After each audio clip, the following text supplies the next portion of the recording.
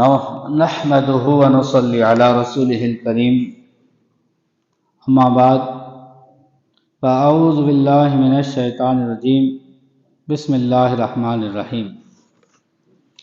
کل کی گفتگو یہاں میں نے ختم کی تھی کہ بندہ چاہے کتنا بڑا مفکر کتنا بڑا محدث کیوں نہ بن جائے، جب تک وہ مرشد کامل کا دامن نہیں پکڑے گا۔ مرشد کامل یعنی اپنے پیر کا دامن، یا کسی شریعت کے پابند پیر کے ہاتھ میں اپنا ہاتھ دے کر اس سے مرید نہ ہو جائے گا، بیعت نہ کر لے گا، کامیاب نہیں ہو سکتا۔ تو دوستو، یعنی اس کو پھر بھی کامیابی حاصل کرنے کے لیے ایک ولی کامل کی ضرورت ہوگی۔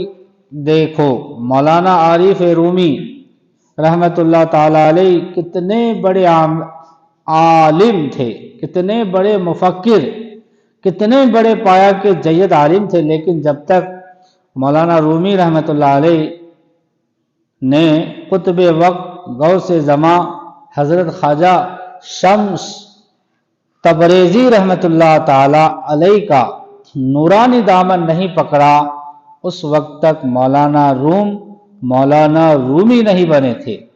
ایک دن یہی مولانا روم رحمت اللہ علیہ اپنے مدرسہ شریف میں اپنے شاگردوں کو علم دین کی کتابیں پڑھا رہے تھے۔ شاگرد بڑے محبت کے ساتھ مولانا رومی رحمت اللہ تعالی علیہ سے علم دین حاصل کر رہے تھے اور دیدار بھی کر رہے تھے کہ اچانک ایک ملنگ آ گیا۔ حضرات گرامی، اس ملنگ کا حلیہ آج کل کے ملنگوں جیسا نہیں تھا۔ آج کل کے ملنگ ان کا کیا حال ہوتا ہے؟ آج کل کے ملنگ واقعی نماز روزے سے بڑے تنگ ہے۔ اگر ان کو نماز کہا جائے تو جواب ملتا ہے کہ ہماری جگہ مولا علی نے نماز پڑھ لی ہے، ہمیں نماز پڑھنے کی کیا ضرورت ہے؟ ہماری جگہ مولا علی نے نماز پڑھ لی تھی، ہمیں نماز پڑھنے کی کیا ضرورت ہے؟ استغفر اللہ اور بھنگ کا پیالہ لے کر یا علی کا نعرہ مارا اور پیالہ منہ سے لگا کر پی جاتے ہیں۔ بھلا ان نادانوں سے بندہ پوچھے، کیا مولا علی بھنگ پیا کرتے تھے؟ اعوذ باللہ۔ یا مولا علی چرس کے سوٹے لگایا کرتے تھے؟ لیکن تمہاری کیا حالت ہے؟ تمہیں جب تک بھنگ کا پیالہ، چرس کا سوٹا نہ ملے تو تمہیں چین نصیب نہیں ہوتا۔ میرے مسلمان بھائیوں، پھر مزے کی بات یہ ہے کہ ایسے لوگ اپنے آپ کو پیر بھی کہلاتے ہیں۔ ایسے چرسیوں سے، بھنگیوں سے خدارا بچ کر رہیے۔ خود سوچو، جو پیر خود بھنگ پیتا ہے، چرس پیتا ہے، اس کا مرید بھلا کیسے نمازی، حاجی، قرآن کا قاری اور مدینے والے کا غلام بن سکتا ہے؟ بلکہ وہ بھی چرسی بنے گا، بھنگی بنے گا۔ دوستو، ایسے نام کے پیروں سے بچ کے رہو۔ یہ پیر نہیں بلکہ سر کی پیڑ ہیں، بلکہ پیروں کے لباس میں اپنے نفس کے بندے ہوتے ہیں۔ کہتے ہیں ایسا ہی ایک برائے نام پیر کسی گاؤں میں ایک سادہ سا شریف سا دیہاتی اس کے گھر آ کر مہمان بن گیا۔ آپ جانتے ہیں کہ دیہاتی لوگ بڑے پیروں کا ادب کرتے ہیں اور اپنے آپ کو ان کا غلام سمجھتے ہیں۔ چنانچہ وہ برائے نام پیر جب اس دیہاتی کے گھر میں آیا تو دیہاتی نے کہا کہ پیر بیٹھ جائیے، پیر صاحب بیٹھ جائیے۔ پیر بولا، میرے بیٹھنے کو لائیو ایک پلنگ۔ دیہاتی نے کہا، حضور پیر صاحب کچھ پینا ہو تو ارشاد فرمائے، پینے کو کیا لاؤں؟ پیر بولا، لے آؤ تھوڑی سی بھنگ۔ اتنے میں مسجد سے ظہر کی اذان کی آواز بلند ہوئی تو پیر بولا، ہم ان مولویوں سے بڑے ہیں تنگ۔ اس سیدھے سادے دیہاتی نے کہا، پیر صاحب ذرا اپنا تعارف تو کرائیں، آپ کون ہیں؟ تو پیر بولا، ہم ہیں پکے مولا علی کے ملنگ۔ استغفر اللہ العظیم، دعا کیجئے اللہ ان نام نہاد چرسیوں، بھنگیوں سے بچائے۔ اللہ تعالیٰ ایسا پیر عطا فرمائے جیسے میرے پیر ہم سب کے خواجہ غریب نواز رحمت اللہ تعالیٰ علیہ کا تھا۔ پیر اچھا ہوگا تو لازماً اس کی نیکی کا اثر مریدین پر بھی پڑے گا۔ چنبیلی کے پھول کی صحبت کے اثر سے، چنبیلی کے پھول دیکھیں نا، چنبیلی کے پھولوں کے اثر سے، پھولوں کی صحبت کے اثر سے ایک عام تیل بھی چنبیلی کا تیل کہلانے لگتا ہے، کیونکہ صحبت کا فیض ہوتا ہے کہ تیل میں بھی وہی پھولوں کا اثر ہو جاتا ہے، پھولوں کی خوشبو آنے لگتی ہے۔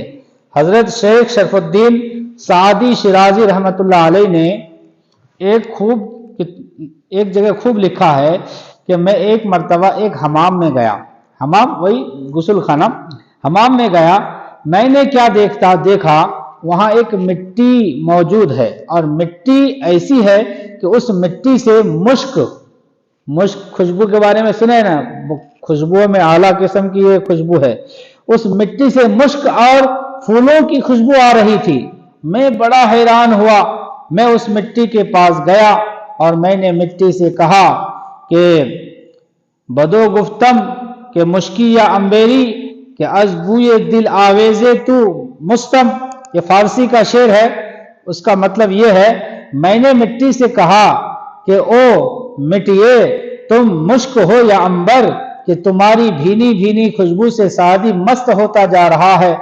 تو شیخ سعدی رحمت اللہ علیہ چونکہ ایک مرد کامل اور ایک ولی کامل تھے، اور اللہ والوں کی یہ شان ہوتی ہے کہ وہ اگر کسی ایسی چیز کو مخاطب کریں جو بول نہ سکتی ہو تو خدا کے حکموں سے وہ بھی بول پڑتی ہے، کیونکہ ولی جو ہے اللہ کے دوست ہوتے ہیں، اور خدا اپنے ولیوں کا محبوب ہوتا ہے، اور وہ چیز خدا کے ولیوں سے مخاطب ہو جاتی ہے۔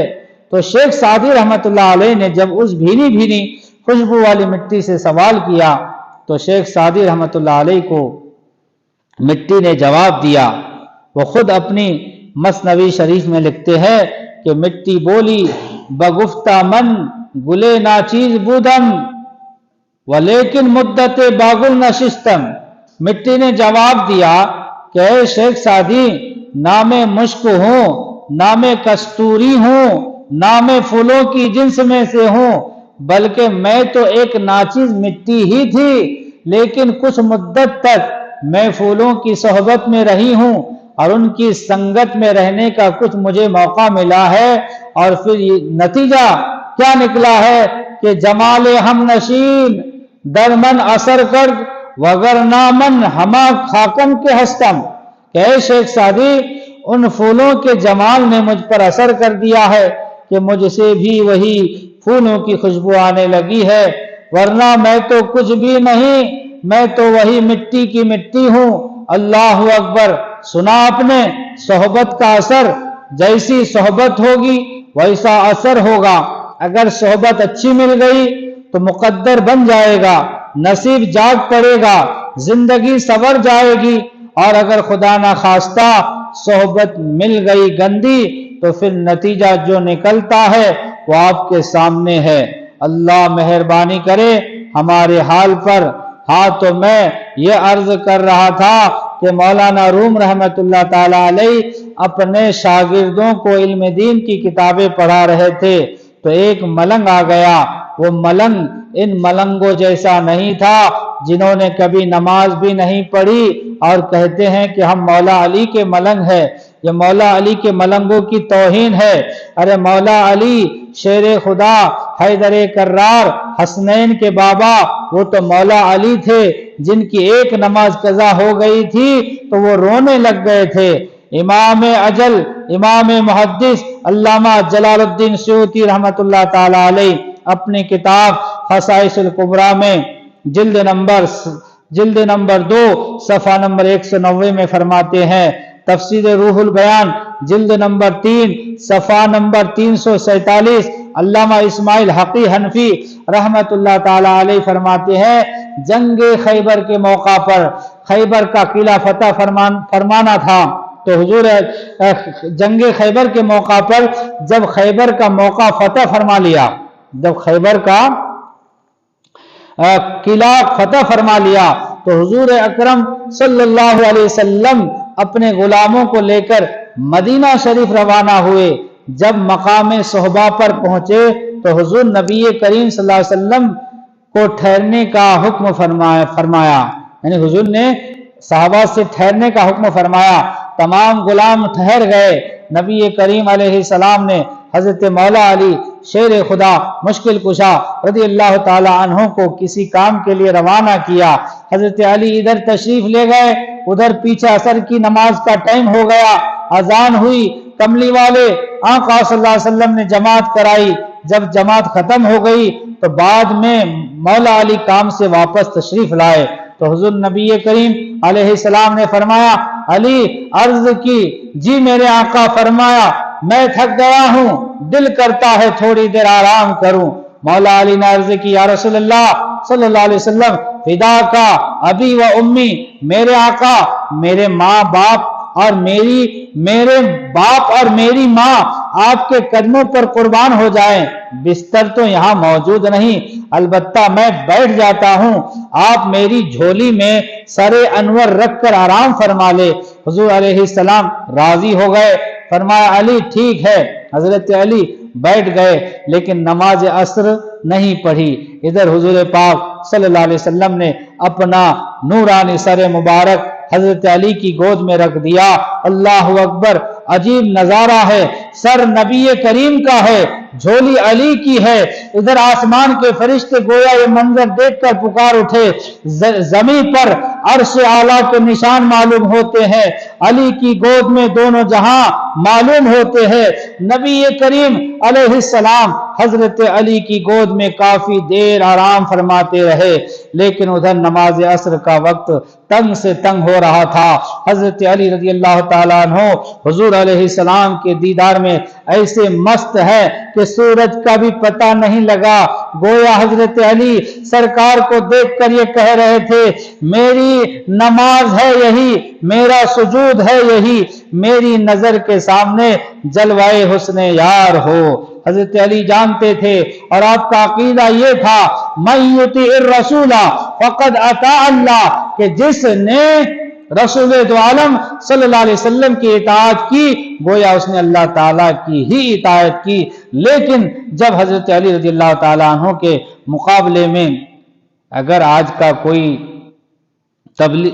کا کوئی نجدی ملا ہوتا تو کملی والے آقا صلی اللہ علیہ وسلم کو اپنی مثل سمجھ کر، اپنی طرح سمجھ کر جگا کر نماز پڑھ لیتا، مگر وہ مولا علی تھے جو کملی والے آقا صلی اللہ علیہ وسلم کے رازدان تھے، باب مدینۃ العلم تھے، اور جو جانتے تھے نماز گر قضا ہو تو پھر ادا ہو، نماز گر قضا ہو تو پھر ادا ہو، نگاہوں کی قضا میں کب ادا ہو۔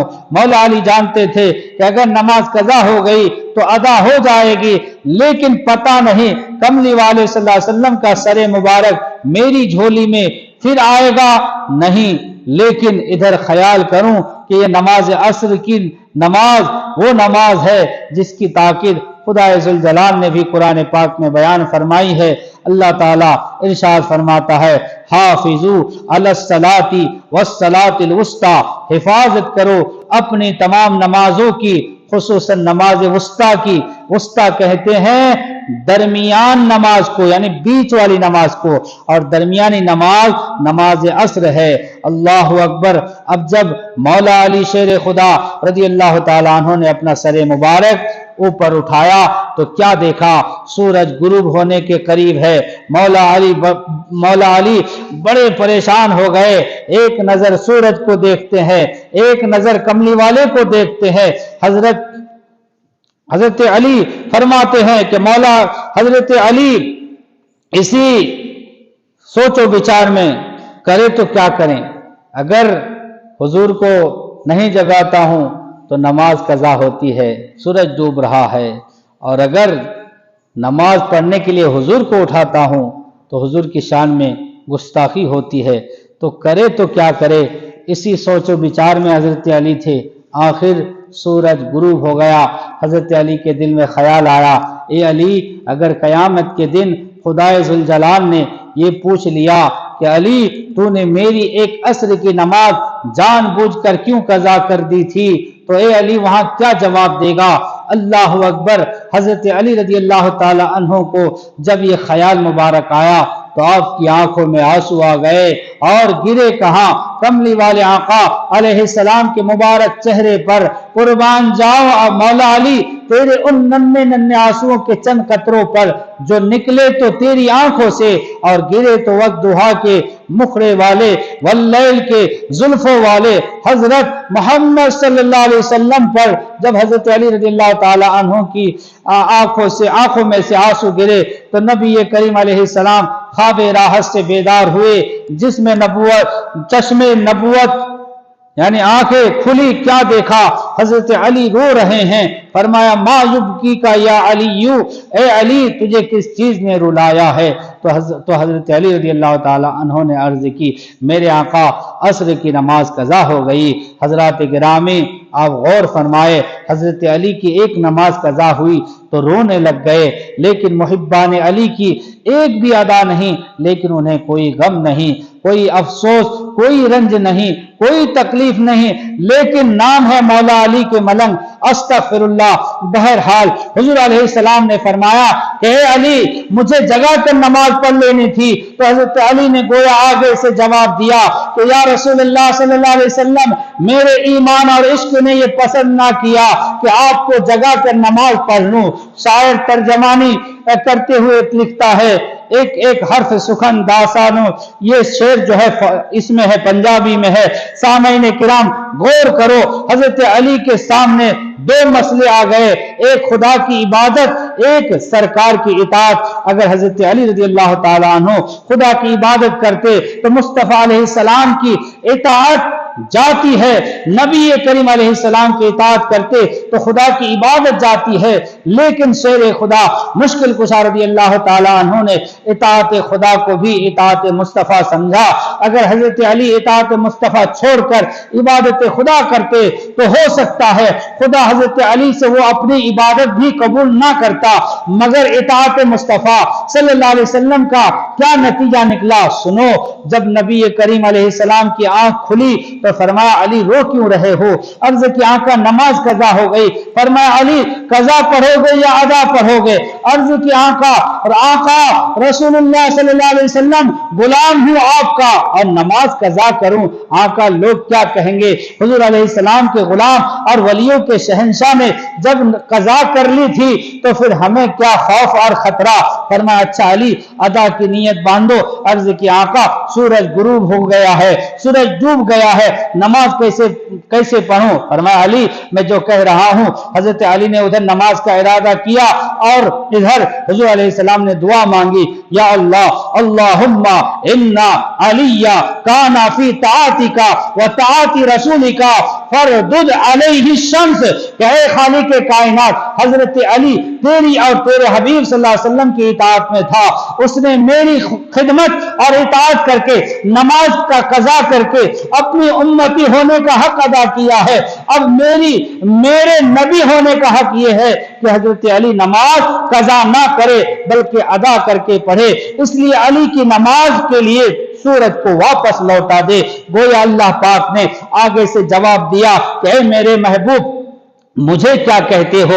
سورج تیرا غلام ہے، سورج کو حکم دو، سورج تمہارا حکم مانے گا۔ بس پھر کیا تھا؟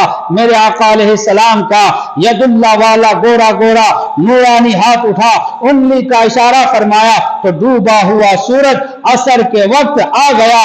ادھر مولا علی رضی اللہ تعالیٰ عنہ نے نماز شروع کی، ادھر حضور علیہ السلام نے گویا فرمایا کہ اے علی نماز جلدی جلدی نہ پڑھنا، اس خطرے میں کہ کہیں سورج غروب نہ ہو جائے، کیونکہ جب تک میں کہوں گا نہیں ڈوبے گا نہیں۔